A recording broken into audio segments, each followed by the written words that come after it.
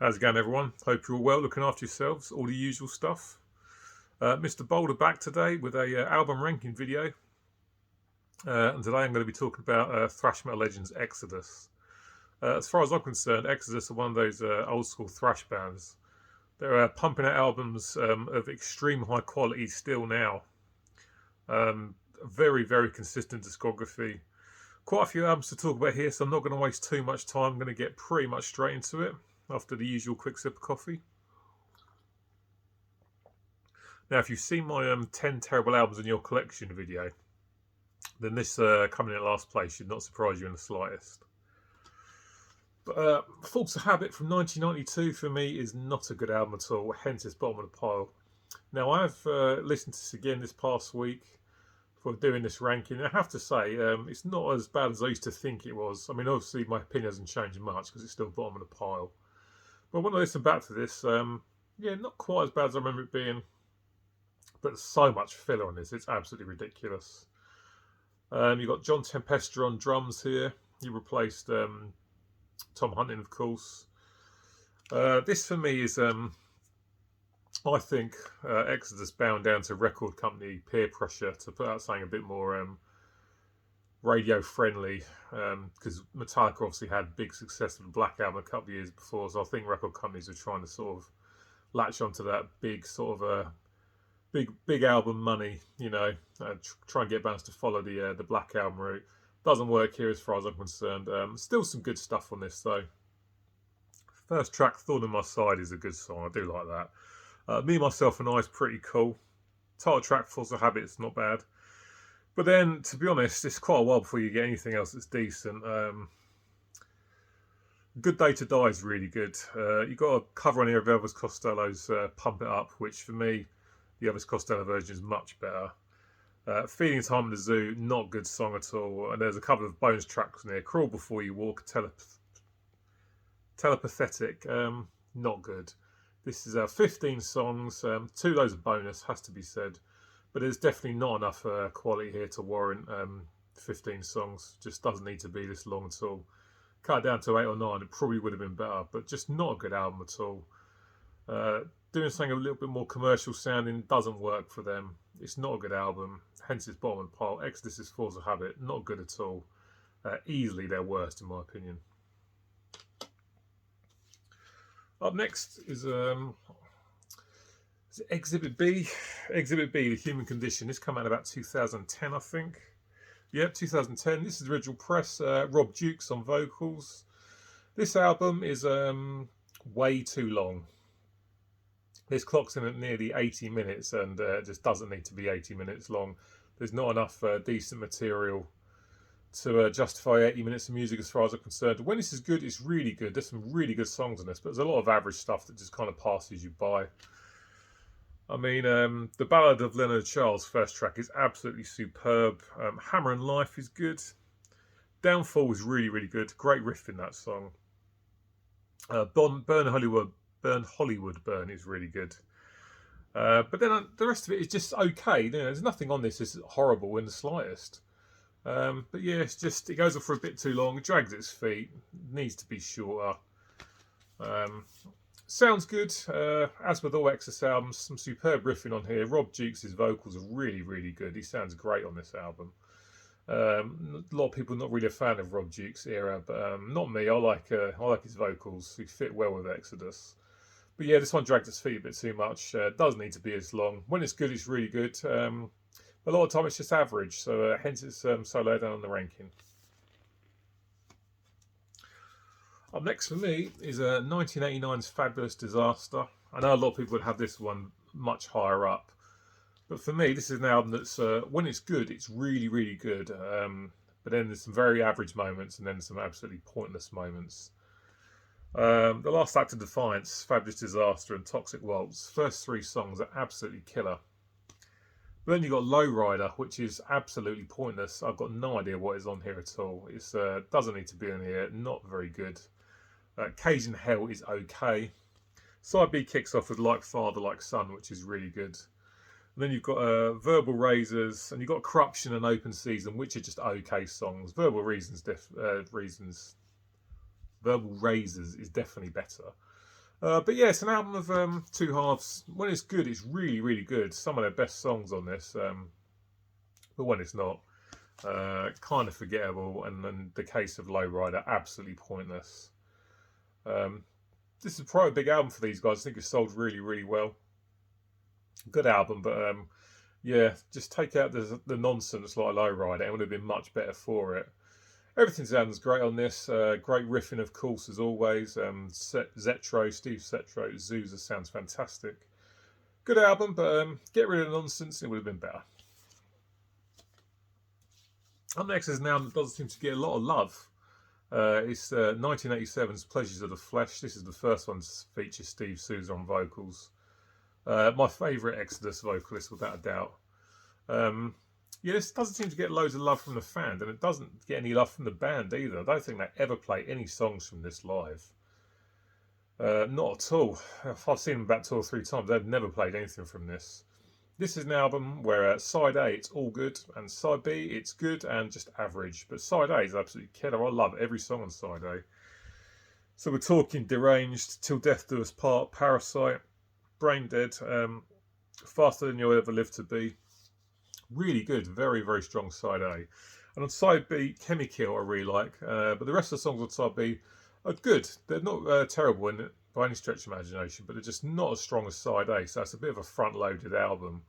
But a good album, yeah, doesn't get loads of love, and I don't really understand why. It's better than you would sort of believe with regards to people who don't really talk about it. But now I really like. Production is not great on this one, but certainly not shocking at all. But that's Pleasures of the Flesh from 1987. Pretty good. Side B just a little bit sort of lacking in quality. Back to the Rob Dukes era for Shovel-Headed Killing Machine. I think this came out in 2005, I should say. Something like that, 2005, 2004. Another one from the Dukes era. Really good. Some very, very strong songs on this. Raise is really, really good. Shudder to Think is a great track. Abomination, Altered Boy is really good. Now Thy Death Day Come, Magnum Opus and title track. Really good album, very, very strong. Paul Bostaph on the drums. This is the only Exodus album he features on. Does a fantastic job on the drums. Lee Altus, was this his first album? I think it was. Really good, very, very strong. I really like this one. I think it's underrated.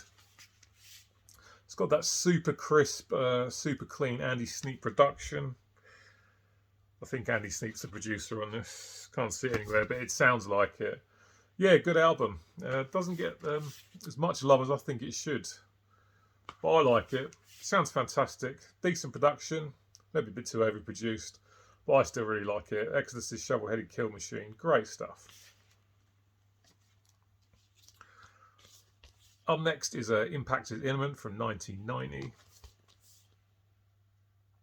I think I said earlier that Force of Habit was that John Tempest on the drums. This had John Tempest on the drums as well. I think this was actually his first album with the band. This is another album where side A is all killer and then side B is a little bit weak.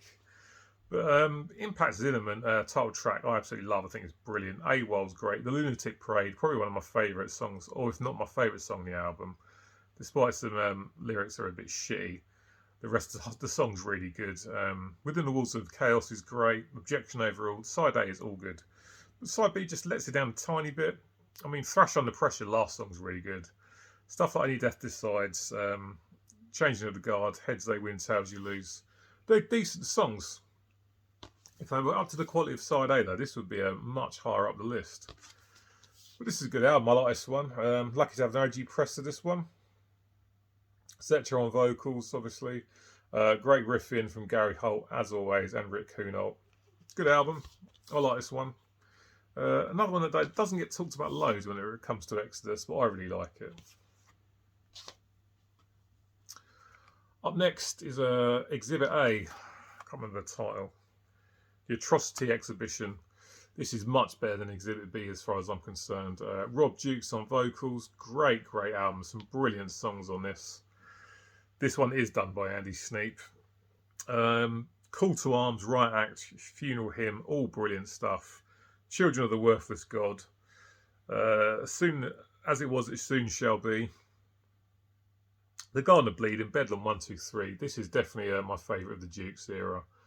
Really good, great vocals, superb riffing, great drums, of course. I mean, to be honest, that's the case on pretty much every Exodus album.